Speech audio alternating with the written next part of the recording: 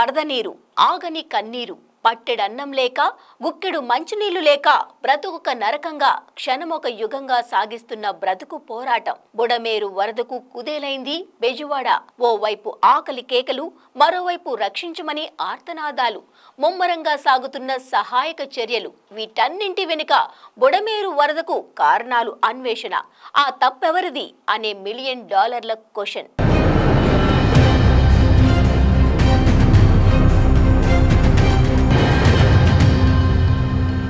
విజయవాడ, గుంటూరు పరిసరాల్లో 36 గంటల్లోనే 26 సెంటీమీటర్ల వర్షపాతం కళ్ళు మూసి తెరిచేలోగా విధ్వంసం జరిగిపోయింది. విలయం సంభవించింది. ప్రకృతి కన్నెర్ర చేస్తే సీన్ ఎలా ఉంటుందో ప్రాక్టికల్గా చూశారు విజయవాడ వాసులు. ఇంత విధ్వంసం జరగడానికి అసలు కారణంగా నిలిచింది బుడమేరు. వరద సృష్టించిన బీభత్సానికి ప్రతి హృదయం తరుక్కుపోతోంది. ఆగస్టు 28న భారత వాతావరణ శాఖ భారీ వర్షాలంటూ అన్ని రాష్ట్రాలను హెచ్చరించింది. కానీ ఏపీ జలవనరుల శాఖ అప్రమత్తమైన దాఖలాలు ఎక్కడా కనిపించలేదు. అందుకే ఈ ప్రళయం. పైనున్న జలాశయాల గేట్లు ఎత్తిన కారణంగా భారీగా వచ్చిన వరద నీరు, దానితో పాటు భారీ వర్షం బుడమేరు వరదకి కారణమైంది.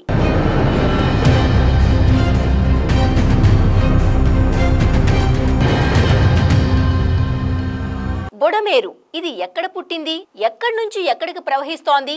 ఇది ఎక్కడ కలుస్తోంది? దీని చరిత్ర ఏంటి? బుడమేరు మైలవరం కొండల్లో పుట్టిన ఒక వాగు. అరిగపల్లి, కొండపల్లి అనే 2 కొండల మధ్య మొదలయ్యే ఈ వాగు కొల్లేరుకు నీరు సరఫరా చేసే వాగుల్లో ఒకటి. ఈ వాగులో సంవత్సరమంతా నీళ్లు ఉంటాయి. 170 కిలోమీటర్లు ఇది ప్రవహిస్తుంది. ఖమ్మం జిల్లా మీదుగా ప్రవహించి తిరిగి కృష్ణా జిల్లాలోకి వచ్చి ఏలూరు జిల్లా కర్రేపర్రు దగ్గర కొల్లేరులో కలుస్తుంది. బుడమేరు ప్రయాణం సాదాసీదాగా ఉండదు. ఈ మార్గంలో ఎన్నో మలుపులు ఉంటాయి. అందుకే ఎక్కువ నీరు వస్తే తట్టుకోలేక వరద నీరు గట్టు దాటి చుట్టూ ఉన్న ఊళ్లను ముంచేస్తుంటుంది.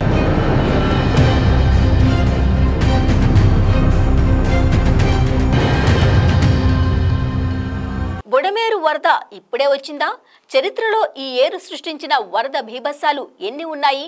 అన్నిసార్లు వరదలు వచ్చినా ఏ ప్రభుత్వమైనా నివారణ చర్యలు ఎందుకు తీసుకోలేదు? 1903 నుంచి 2024 వరకు బుడమేరుకు 17 సార్లు వరదలు వచ్చాయి. 1964, 1989, 1995, 1996, 1998, 2005, 2009, 2012 ఇలా ఎన్నో సంవత్సరాలు బుడమేరు వరదలు సంభవించాయి. మరి ప్రభుత్వాలు వరద నివారణ చర్యలు తీసుకోలేదా అనే ప్రశ్న ఈ వీడియో చూస్తున్న వాళ్ళలో కలగక మానదు. 2005 వరదలు వచ్చినప్పుడు రిటైనింగ్ వాల్ నిర్మించాలని ఇరిగేషన్ శాఖ సూచించింది. అలా చెప్పి 19 ఏళ్లు గడిచినా అది కట్టలేదు. అదే గనుక కట్టి ఉంటే ఇప్పుడు ఈ సంవత్సరం బుడమేరు వరద వచ్చేది కాదేమో. 2009లో అప్పటి సీఎం వైఎస్ రాజశేఖర్ రెడ్డి బుడమేరు వరద నీరు మీద ఫోకస్ పెట్టారు. మలుపులు లేకుండా బుడమేరును కొల్లేరులోకి మళ్లిద్దామని ఆపరేషన్ కొల్లేరు ప్రాజెక్ట్ ని స్టార్ట్ చేశారు. కానీ ఆయన అర్ధాంతరంగా చనిపోవడంతో ఆ ప్రాజెక్ట్ అటకెక్కింది. ఆ తర్వాత 2014లో సీఎం అయిన చంద్రబాబు బుడమేరు వరద నివారణను పట్టించుకోకుండా అమరావతి నిర్మాణం పైన ఫోకస్ పెట్టారు. ఆయన ఆపరేషన్ కొల్లేరును పూర్తి చేసే అవకాశం వచ్చినా దానిపై దృష్టి పెట్టలేదు. ఇక ఆ నెక్స్ట్ వచ్చిన జగన్ అమరావతిని పట్టించుకోలేదు. బుడమేరును అంతకంటే పట్టించుకోలేదు. తండ్రి వైఎస్ రాజశేఖర్ రెడ్డి మొదలుపెట్టిన ఆపరేషన్ కొల్లేరును మరీ పట్టించుకోలేదు.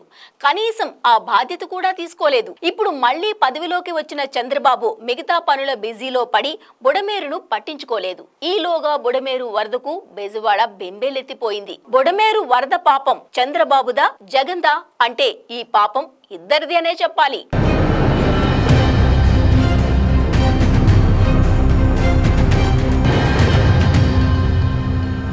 విజయవాడ నగరాన్ని వరద ముప్పు నుంచి కాపాడడానికి వెలగనేరు వద్ద ఒక హెడ్ రెగ్యులేటర్ ను నిర్మించారు. అలాగే ఇబ్రహీంపట్నం దగ్గర ఒక డైవర్షన్ కాలువ కూడా నిర్మించారు. కానీ వరద ఉధృతికి హెడ్ రెగ్యులేటర్ గేట్స్ ఎత్తివేయడం వల్ల డైవర్షన్ కాలువకు గండ్లు పడడం వల్ల ఈసారి వరద బీభత్సం ఎక్కువైంది. బుడమేరులో ఆక్రమణలు తొలగించడం, ఆపరేషన్ కొల్లేరు పూర్తి చేయడం, రిటైనింగ్ వాల్ కట్టడం చేస్తే విజయవాడను బుడమేరు వరద నుంచి కాపాడవచ్చు.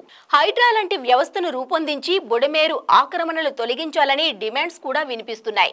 తప్పు చంద్రబాబుదా జగన్దా అని మాటల యుద్ధాలు మానేసి జరగాల్సిన కార్యంపై దృష్టి పెడితే రేపటి రోజునైనా విజయవాడను బుడమేరు వరద నుంచి కాపాడవచ్చు. ఏపీ రాజధాని అమరావతిని సుందర నగరంగానే కాదు సురక్షిత నగరంగా కూడా తీర్చిదిద్దవచ్చు అంటున్నారు విశ్లేషకులు. సో పొలిటికల్ పీపుల్ జర సోచోనా.